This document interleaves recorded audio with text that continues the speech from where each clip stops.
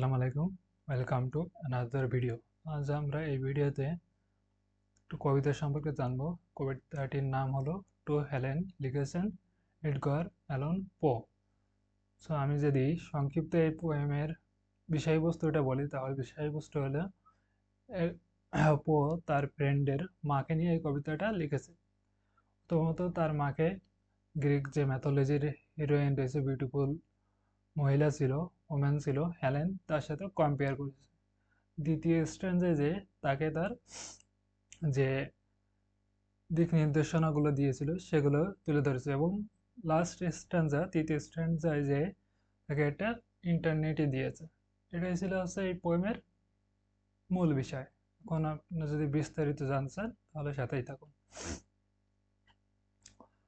আমরা দেখতে পাচ্ছি এডগার অ্যালান পো, একজন আমেরিকান পোয়েট। সে বিউটি, মিলানোজলি, মিস্ট্রি এগুলোর জন্য বিখ্যাত, এই টপিকের উপরে লেখার জন্য। Okay, who is Helen?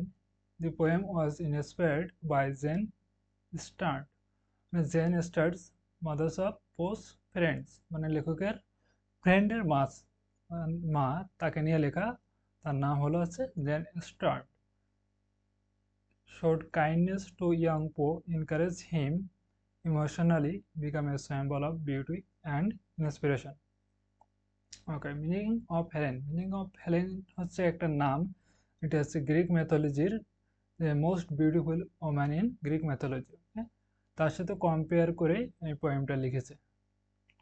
আমরা যদি এখন পোয়েমে আসি, Helen, thy beauty is to me like those Nicean barks of yore. Nicean barks হচ্ছে একটা শিপ, মানে একটা জাহাজের নাম, যে জাহাজটা হারিয়ে যাওয়া নাবিকদের বা নৌকায় যারা নদীতে যারা থাকতো তাদেরকে সঠিক সঠিক কিনারায় নিয়ে আসতো। That gently over a perfumed sea the weary wayward wanderer bore to his own native shore. এটা হলো প্রথম পার্ট। ওকে, সো এখানে আমি এক্সপ্লেন করে দিছি। আপনি যদি এটা পড়েন তাহলে এক্সামের সময় এটুকু লিখলেই অনেক। Poe begins by comparing Helen's beauty to ancient ships. The ships carried tired travelers home safely. Similarly, Helen's beauty gives the poet comfort, taste, and sense of homecoming, suggests that her presence revives his weary soul, মানে হারিয়ে যাওয়া যে soul সেটাকে তার সঠিক স্থানে নিয়ে আসে। তৃতীয় স্ট্যান্ডায় যে আমরা দেখছি, on desperate seas long on to roam the hints, এটা হচ্ছে একটা ফুলের নাম, তো সেটাকে হচ্ছে সিম্বলাইজ করা হয়েছে বা ইমাজিনারি করা হয়েছে। Hair the classic face, the naid year have brought me home to the glory that was Greece and the grandeur that was Rome. এখানে হচ্ছে রোম এবং গ্রিকের যে সিম্বলিজম অ্যালুশন সেটা ইউজ করেছে। তো অ্যালুশন আর ইলিউশন দুটো আলাদা জিনিস। একটা হচ্ছে আই দিয়ে শুরু আর একটা হচ্ছে এ দিয়ে শুরু। সেখানে আমি যদি এক্সপ্লেনেশনে যাই, দি poet who has being wandering spiritually on desperate ships. এখানে বলছে যে পোয়েট যে মানসিকভাবে হারিয়েছিল, ঠিক আছে, কোনো পথ খুঁজে পাচ্ছিল না, finds refuse in Helens beauty, সে হেলেন্সের যে দয়া তার ভিতরেই একটা দিক খুঁজে পাই। হেলেনের বলতে বোঝানো হয়েছে এখানে যে আমরা যে জেন স্টার্ন তার কথা বলা হয়েছে। ওকে, he described her with hints here, a polar symbolize beauty and a classic face. Her presence takes him back to the cultural ideals of ancient Greece and Rome, representing artistic greatness and timeless glory. Helen becomes a symbol of civilization, art and beauty. সেখানে হেলেনের বৈশিষ্ট্যগুলো তুলে ধরেছে।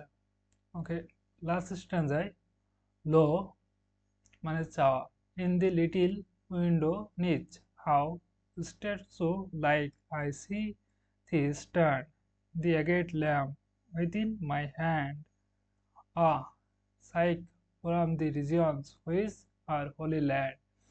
এখানে বলছে the poet imagines Helen as a statue-like figure standing in a window holding a agate lamp, মানে সে দিক নির্দেশনের একটা প্রতীক বা আলো নিয়ে দাঁড়িয়ে আছে জানালার পাশে। He compares her to Psyche, the soul of Greek mythology, by calling her from the Holy Land, for lifts her to a একটা স্পিরিচুয়াল লেভেলে নিয়ে চলে যাচ্ছে।